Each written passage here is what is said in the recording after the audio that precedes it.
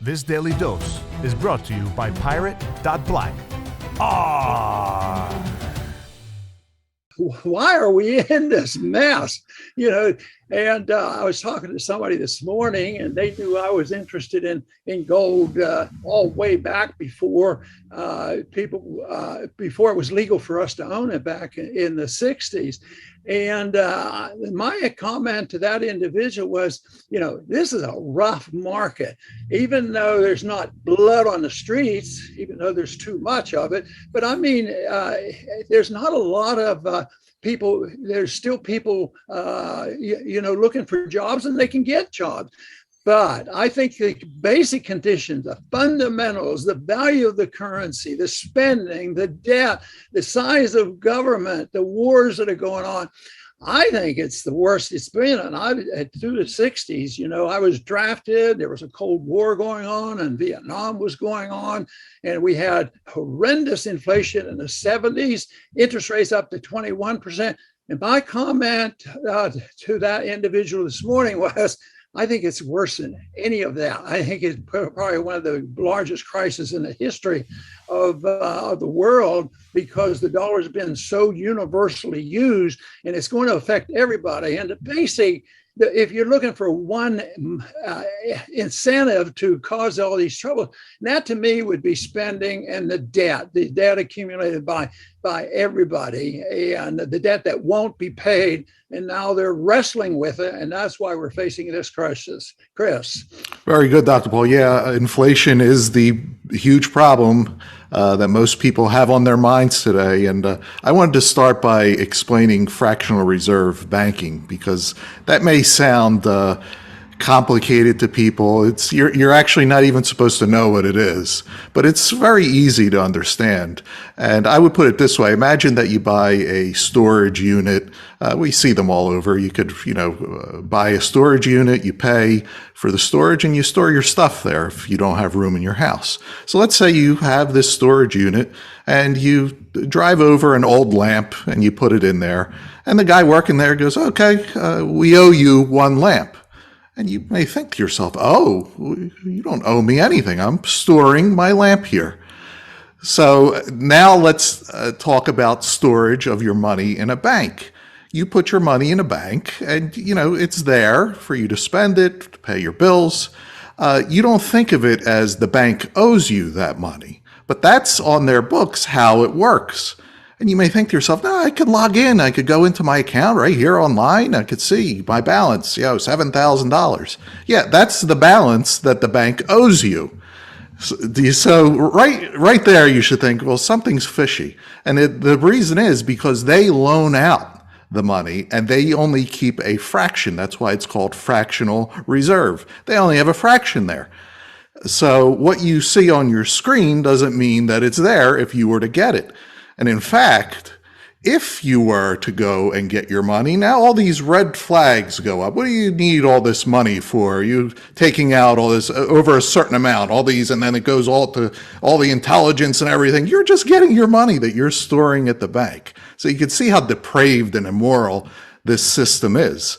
So that's what fractional reserve banking is. It shouldn't be that way. It should be that your money's there, and if you go and take your money, it's your money and it's there. So that is a big problem with inflation, because the banks create tons of money in this process too. Yes, and it's fractional reserve. It's dishonest. It's fraudulent, and it's a pyramid scheme. Because if I put $100 in the bank says, "Yeah, if you want to, we'll get it to you." Where they get the money is another story. But I put $100 in the bank. The law says they have to have 10% in reserves. They only have to 10%. What are they going to do with the $90? Oh, they'll loan it out. So the bank, the money goes to somebody else, and they hit $90. And what do? They put it in the bank, and the bank does the same thing over again. They reserve 10%, $9, and they loan out the next. So the thing snowballs and gets totally out of control, because the amount of money isn't fixed at all. It's just look at the massive monetary inflation in these last several years is just way out of control. And so it is a pyramid scheme, and the unwinding eventually has to come about because production can't keep up, and the standard of living can't keep up because the debt becomes overwhelming. And that's what we're facing today. And that's why, it's such a serious problem. But there's so many different things that starts this off in motivation. And the founders were motivated by honest money, only gold and silver being legal tender. They had runaway inflation with the continental dollar. But the big problem we have today is we have dishonesty in government. Guess what? And it's bipartisan. Wonderful. They're bipartisan. So they all abuse the money, but it's convenient because on the short run, that's how they get votes. But then they run into trouble because you can't continue it. The debt gets excessive. The value of the currency goes down. And that's where we are today, because every day you're going to hear something about what the Fed is going to do, and they don't know what to do, and they won't admit the truth. They'll say, wages and profits, Biden is terrible. We got to do away with the profits, especially on those energy companies. That'll create a lot of new energy. So it is so sad that so much ignorance is around. But the big thing is people have been conditioned. This is what people have been taught in schools. I was exposed to it in the head. I always kid, people sort of laugh a little bit. I said, it took me several years to unlearn all the bad things that the government schools taught me, because really to get an education and sound money and sound economic policy, you have to go to places like the Mises Institute and several other good places. You can even come to the Ron Paul Liberty Report on occasion. We'll talk about these things. But no, it's the understanding of the principles of money. And we've been indoctrinated. And there are some people who like the indoctrination because their ultimate goal is a Marxist type of society. And because our society is so fragile now, that is a real threat. Right, Dr. Paul. And, we've been saying when the Fed was going on their printing and counterfeiting binge, that this is going to drive up prices, but be alert because they're going to blame anything except the Fed as much as they can. Our problem is government intervention. We have the biggest government in the history of the world, and Fed inflation that has created the most money in the history of the world. But another big part of the problem is media, and they just lead people into, creating situations that are bad that the citizens ultimately look back on and be like, we were ripped off again. Let's just think back of these last few years. They tried to force people to get vaccines, and the pharma companies raked in more money than ever from the government.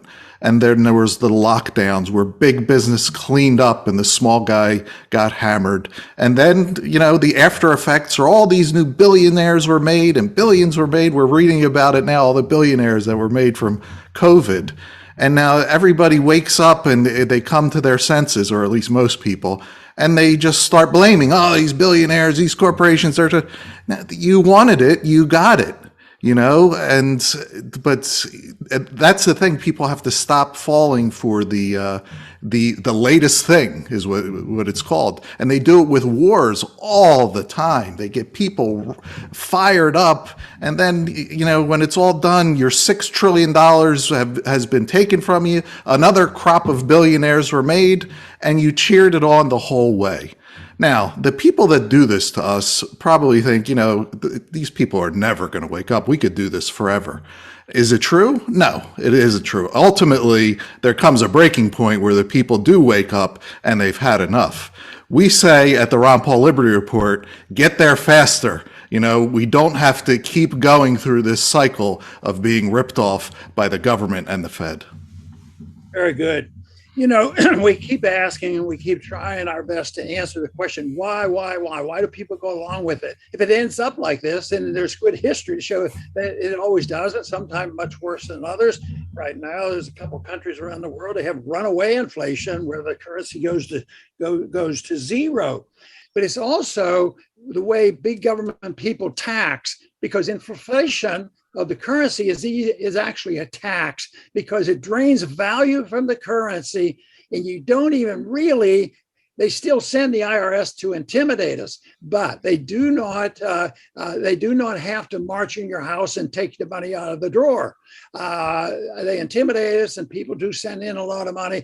But the real fraud is the devaluation of the currency. So if you can double the price inflation, the real debt went down by half. But it never works smoothly, and people catch on, and they know what's happening.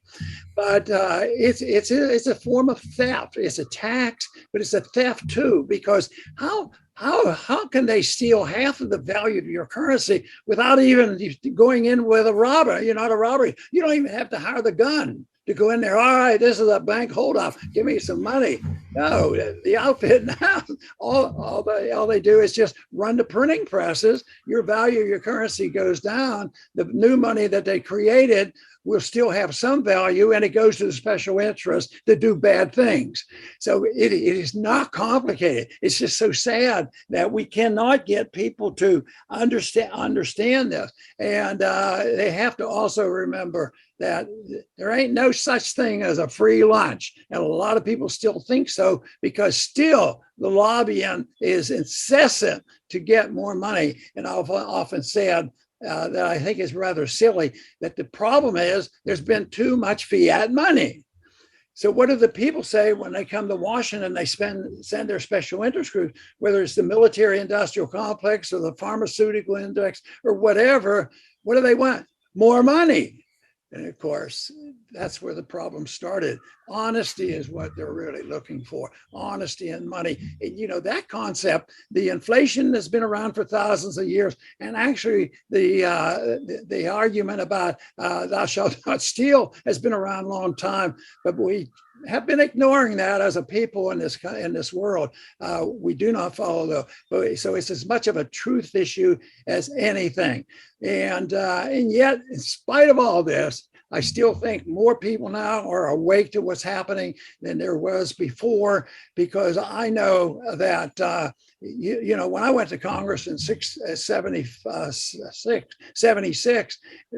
what's that guy talking about? Federal Reserve and printing money and all this kind of stuff.